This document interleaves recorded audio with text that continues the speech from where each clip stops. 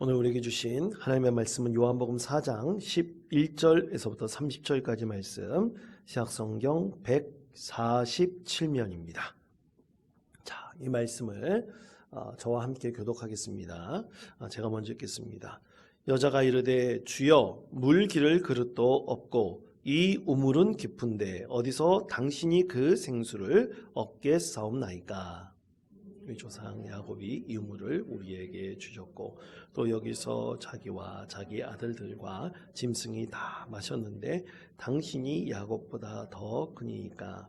예수께서 대답하여 이르시되 이 물을 마시는 자마다 다시 목마르려니와 내가 주는 물을 마시는 자는 영원히 목마르지 아니하리니 내가 주는 물은 그 속에서 영생하도록 솟아나는 샘물이 되리라. 여자가 이르되 주여 그런 물을 내게 주사 목마르지도 않고 또 여기 물 기르러 오지도 않게 하옵소서. 이르시되 가서 내 남편을 불러오라. 여자가 대답하여 이르되 나는 남편이 없나이다. 예수께서 이르시되 내가 남편이 없다 하는 말이 옳도다. 너에게 남편 5이 있었고 지금 있는 자도 내 남편이 아니니 내 말이 참되도다. 여자가 이르되 주여 내가 보니 선지자로소이다. 우리 조상들은 이 산에서 예배하였는데 당신들의 말은 예배할 곳이 예루살렘에 있다 하더이다. 예수께서 이르시되 여자여 내 말을 믿으라. 이 산에서도 말고 예루살렘에서도 말고 너희가 아버지께 예배할 때가 이르리라. 너희는 알지 못하는 것을 예배하고 우리는 아는 것을 예배하노니 이는 구원이 유대인에게서 남이라. 아버지께 참되게 예배하는 자들은 영과 진리로 예배할 때가 오나니 곧 이때라. 아버지께서는 자기에게 이렇게 예배하는 자들을 찾으시느니라. 하나님은 영이시니 예배하는 자가 영과 진리로 예배할지라. 여자가 이르되 메시아 곧 그리스도다 하는 이가 오실 줄을 내가 아노니 그가 오시면 모든 것을 우리에게 알려주시리이다. 예수께서 이르시되 네게 말하는 내가 그라 하시니라. 이때 제자들이 돌아와서 예수께서 여자와 말씀하시는 것을 이상히 여겼으나 무엇을 구하시나이까 어찌하여 그와 말씀하시나이까 묻는 자가 없더라. 여자가 물동이를 버려두고 동네로 들어가서 사람들에게 이르되 내가 행한 모든 일을 내게 말한 사람을 와서 보라. 이는 그리스도가 아니냐 하니 그들이 동네에서 나와 예수께로 오더라. 아멘. 여러분 오늘 말씀의 제목이 영원히 목마르지 아니하리라 입니다. 여러분 어제 뉴스인가 오늘 뉴스인가 보니까 여러분 세계 갑부 중에서 최고의 갑부가 있는데 사우디아라비아의 왕세자 빈살만이라는 왕세자가 있습니다. 그가 실제적인 사우디아라비아의 권력자라고 합니다. 그런데 그가 이 빈살만이라고 하는 이 왕자가 얼마나 돈이 많으냐면 헤아릴 수 없을 정도로 이제 돈이 많은데 그가 그 돈을 가지고 미래 먹거리에 미래 산업에 자기가 투자하겠다. 그러면서 하나의 비전을 선포했어요. 그래서 1년에 1조 3천억 원이나 되는 데를 미래 산업에 투자하겠다라고 선언을 했습니다. 근데 그 미래 산업이 뭐냐? 궁금하시죠? 여러분도 아마 귀가 솔깃한 아마 그런 미래 산업일지 모르겠습니다. 이 2018년에 이 사우디아라비아의 왕실에서 한 재단을 세웠어요. 그 재단이 이름이 해볼루션이라고 하는 재단입니다. 해볼루션. 되게 이름이 생소하죠. 근데 해볼루션이란 말은 합성어예요. 이 헬스라고 하는 헬스가 뭡니까? 뜻이 건강이라는 뜻이잖아요. 이 건강이라는 뜻이에요. 헬스라는 단어와 에볼루션이라고 하는 단어. 에볼루션은 진화라는 뜻이거든요. 진보, 진화 그런 뜻인데 이 헬스와 에볼루션이 결합해가지고 해볼루션이라는 아주 새로운 말을 합성어를 만들어냈어요. 그래서 해볼루션 재단이라는 것을 만들었습니다. 근데 그 재단에 매년 1조 3천억 원, 우리나라 돈으로 1조 3천억 원을 투자한다고 했습니다.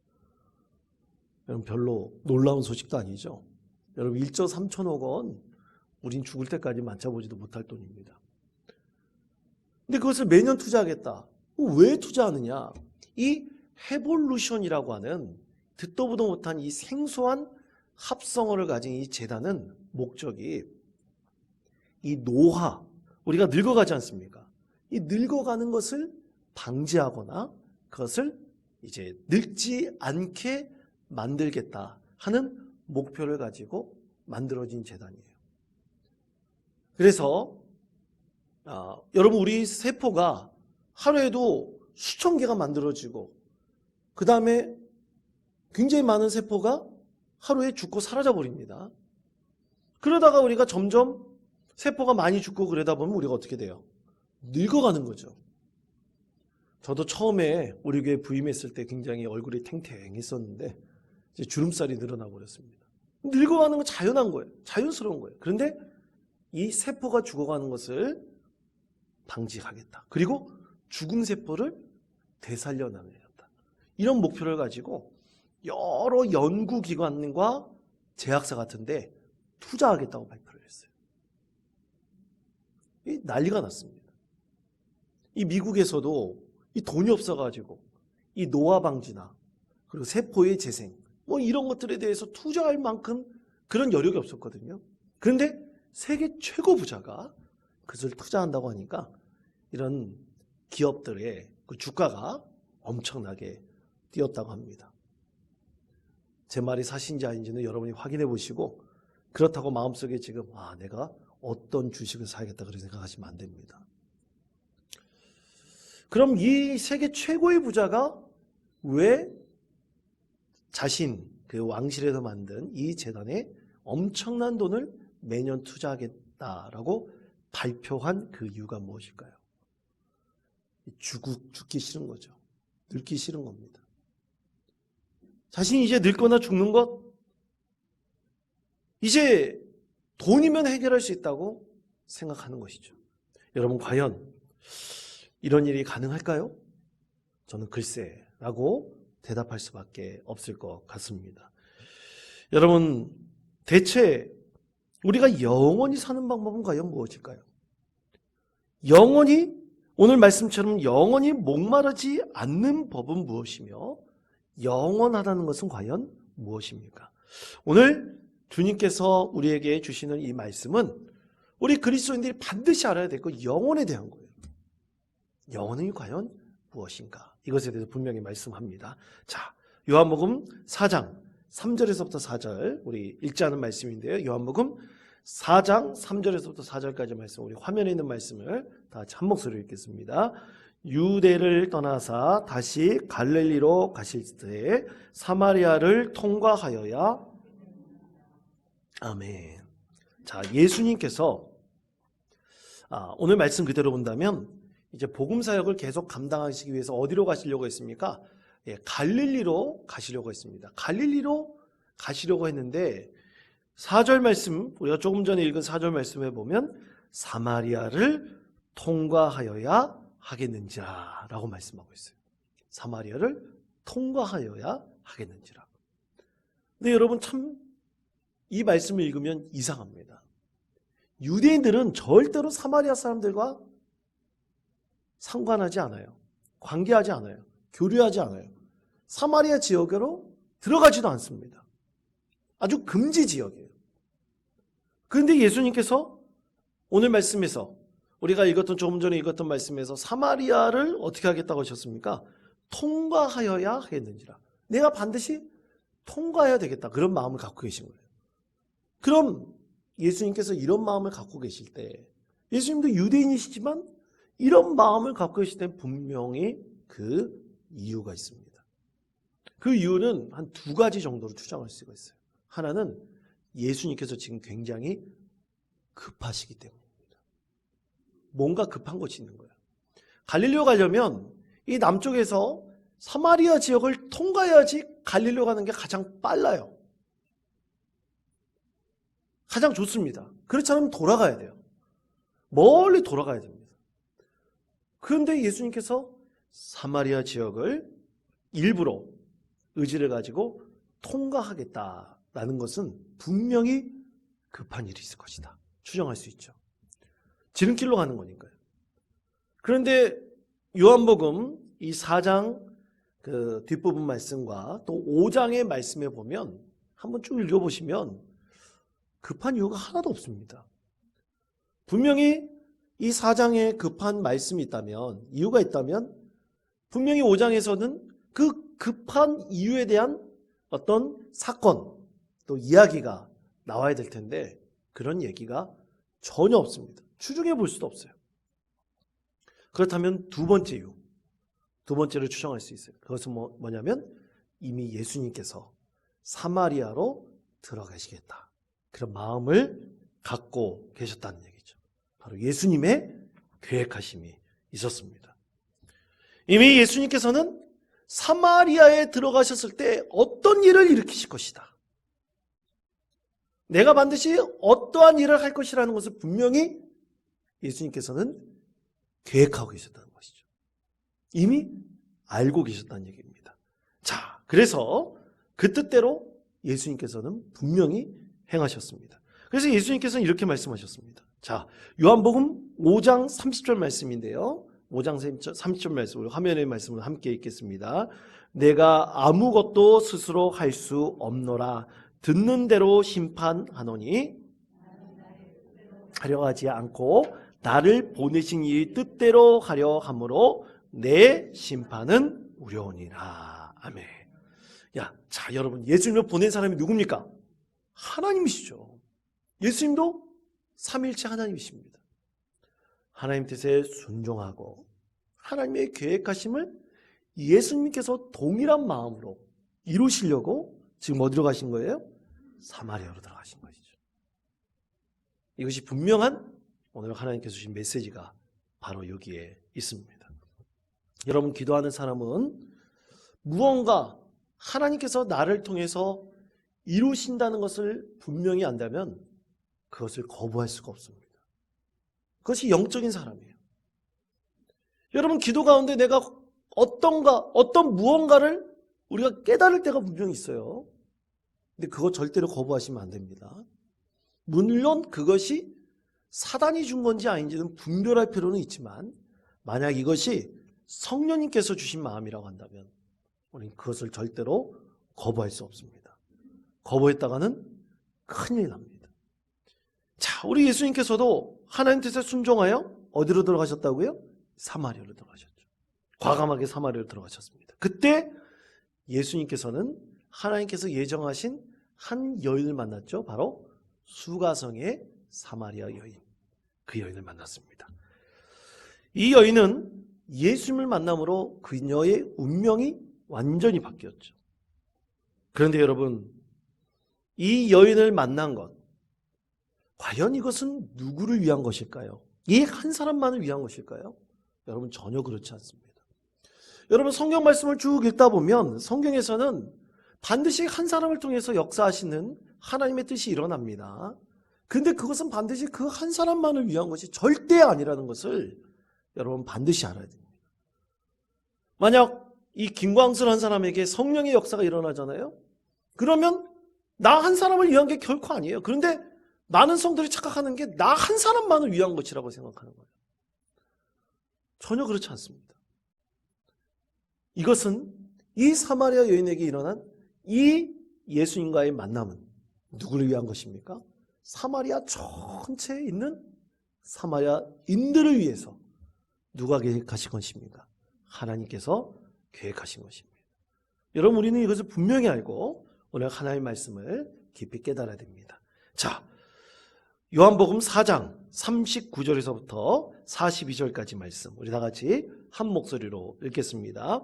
여자의 말이 그가 나의 행한 모든 것을 내가 말하였다 증거하므로 그 동네 중에 많은 사마리아인이 예수를 믿는지라. 사마리아인이 예수께 와서 자기들과 함께 유하기를 청하니 유하심에 예수의 말씀을 인하여 믿는 자가 더욱 많아 그 여자에게 말하되 이제 우리가 믿는 것은 내 말을 인함이 아니니 이는 우리가 친히 듣고 그가 참으로 세상의 구주신 줄 알미니라 하였더라. 아멘. 자, 말씀 보니까 분명히 증명이 되죠? 누구를 위한 것입니까? 사마리아 전체 그 사람들을 위해서 우리 예수님께서 사마리아로 들어가셨고, 그리고 이 여인을 만났습니다. 이 여인이 사마리아 전체 사람들에게 축복의 통로가 된 거예요.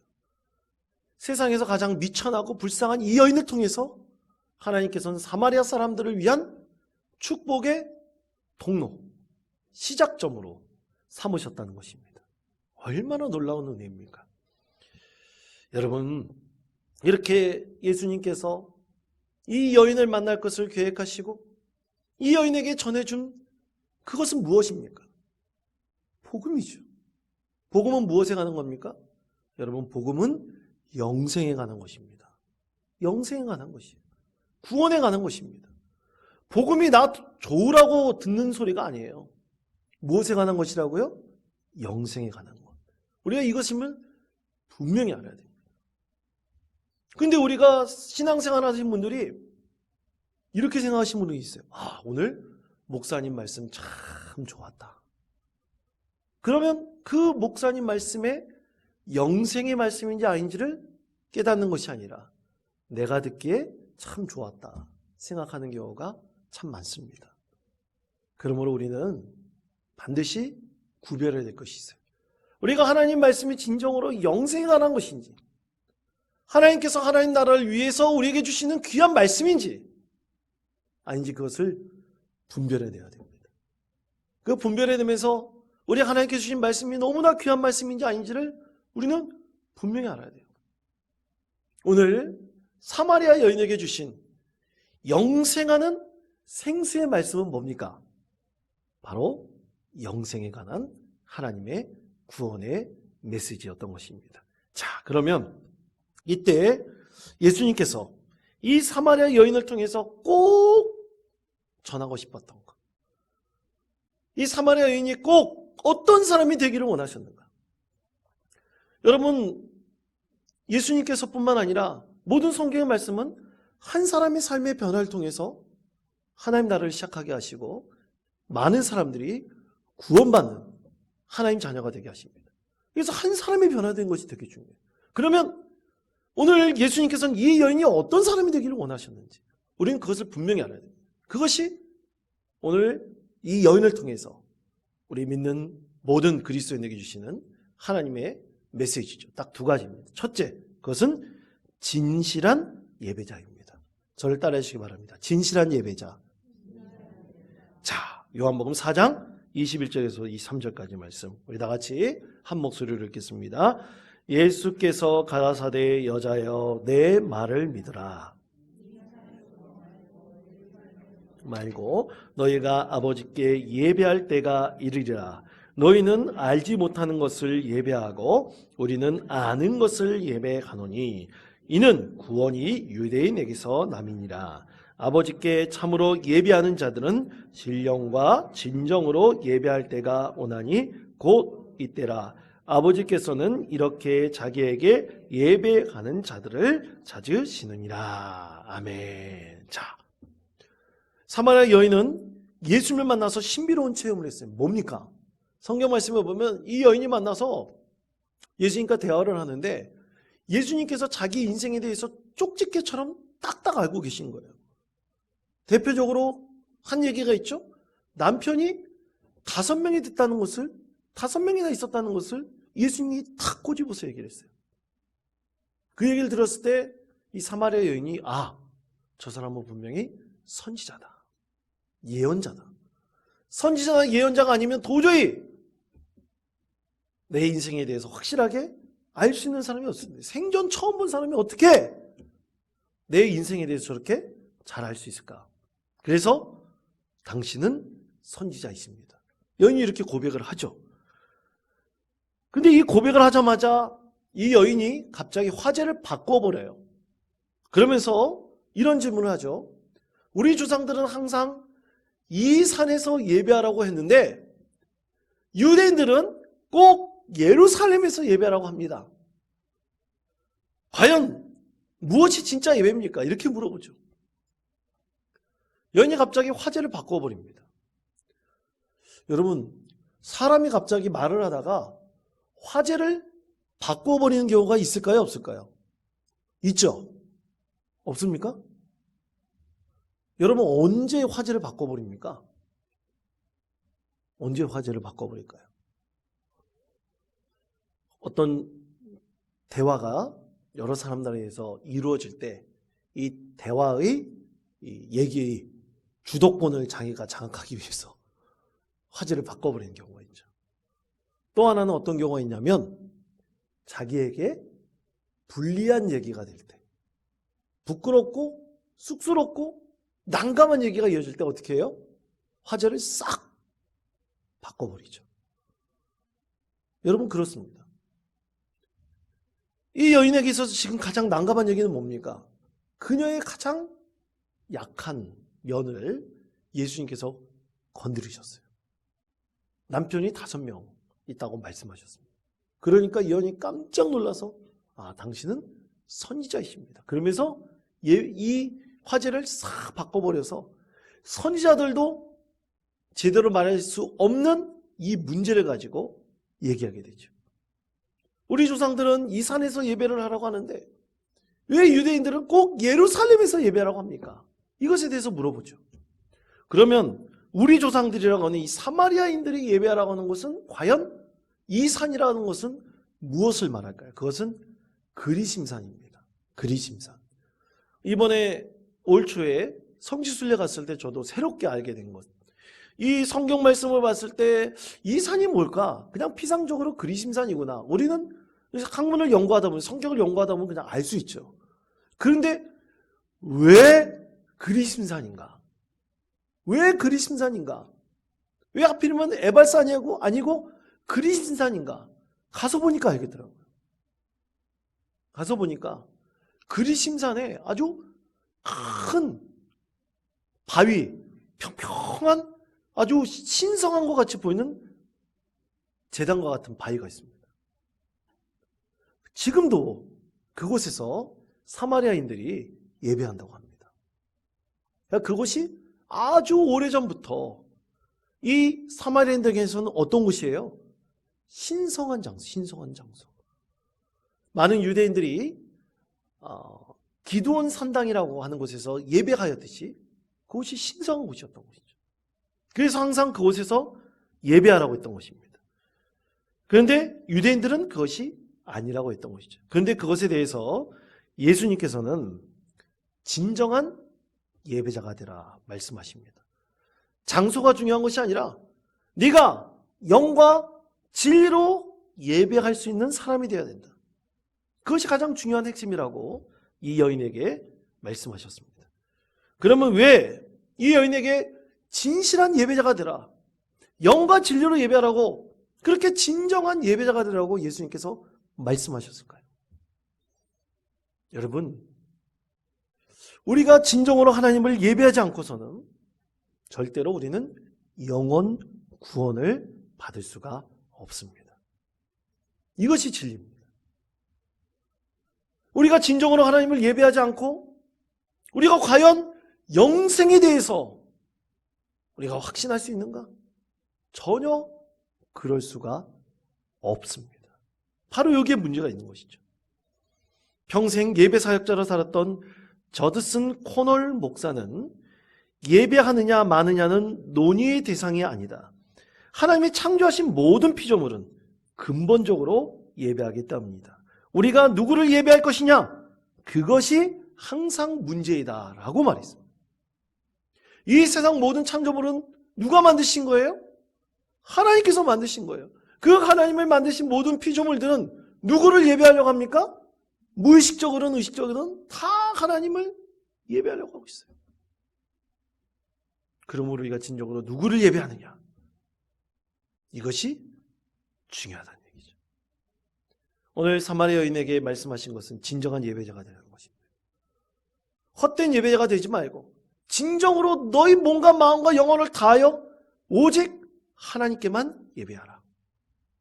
오늘 사마리아 여인에게 주신 예수님의 첫 번째 메시지는 바로 이것이었습니다.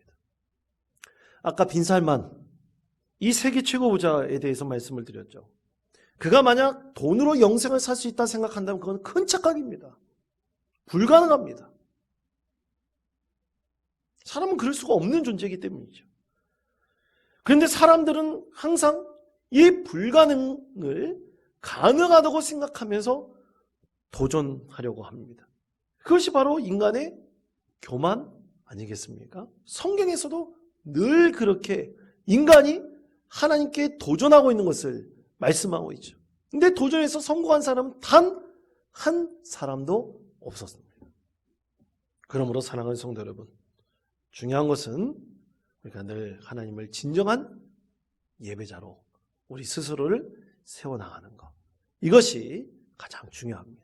왜냐하면 예배함을 통해서 우리는 진정으로 구원받은 하나님의 자녀가 되는 것, 그리고 내가 영생에 대해서 무엇을 아는지, 어떻게 영생에 대해서 깨달을 수 있는지, 그것에 대해서 우리는 예배를 통해서 알 수 있기 때문입니다.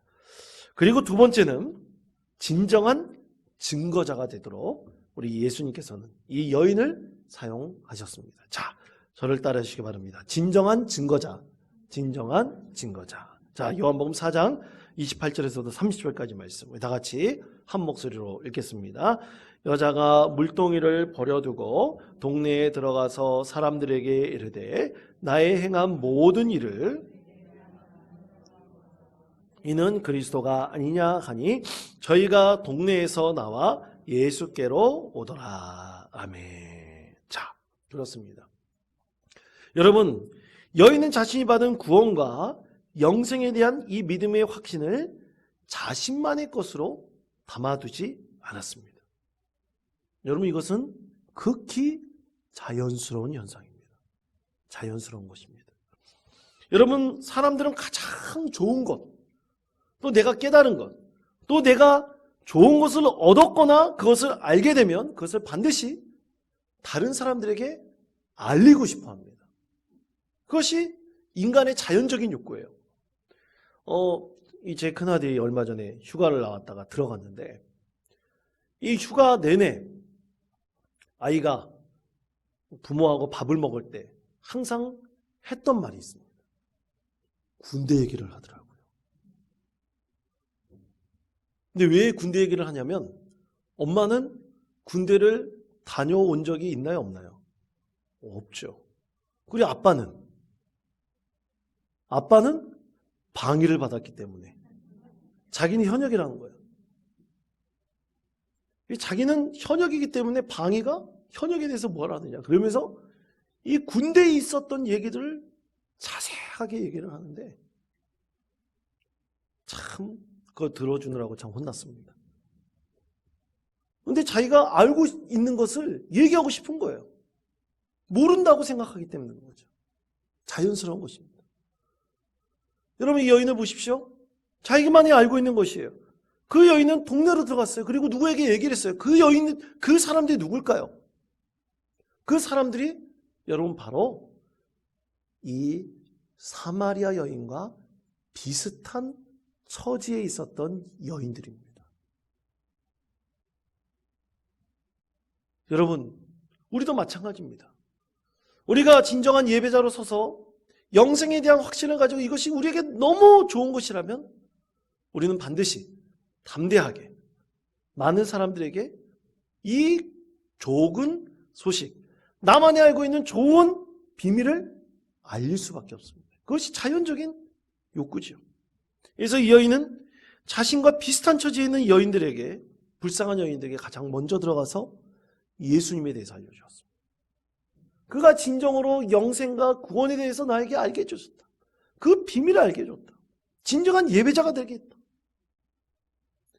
꼭 나 같은 사람이 사마리아 그 그리심산에 올라가가지고 그곳에서 예배하지 않아도, 예루살렘에 가서 예배하지 않아도 내 집에서 하나님께 예배하더라도 진정한 예배자가 될 수 있다는 것을 알려주었다.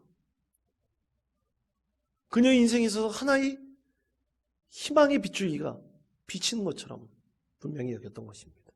그래서 그 좋은 소식을 누구에게 알렸다고요? 그녀와 비슷한 처지에 있는 사람들에게 알려줬어요. 근데 여러분, 사람들은 욕심이 아주 충만한 것이 사람들입니다. 여러분, 사람들이 어떠냐면요, 성경에서 말씀하고 있잖아요. 어떤 부자가 그렇게 양들이 많아요. 잡아먹을 소들도 많습니다. 그런데 가난한 한 사람이 겨우 집안에서 껴안고 또 그리고 먹이고 같이 옆에서 재우고 하는 그 양 한 마리를 붙잡아가지고 부자의 손님들을 먹였다, 대접했다. 성경 말씀 있지 않습니까? 불쌍한 사람의 그 양 한 마리 그 소중한 것을 뺏고 싶은 것, 자기는 그렇게 많이 있더라도 그것을 뺏고 싶은 것이 인간의 욕심이에요. 가난한 사람이 갖고 있는 가장 소중한 것도 그 소중한 것이 별거 아님에도 불구하고 빼앗고 싶은 것이 바로 사람의 마음입니다. 자, 많은 사람들이, 사마리아 사람들이 이 불쌍한 여인의 좋은 소식을 듣게 되었어요. 그들에게 이상하게 욕심이 발동한 거죠. 불쌍한 여인들이 말하는 소리를 듣고 내가 예수님을 만나고 싶다는 생각이 그들 마음속에서 가득 차게 되었던 것입니다.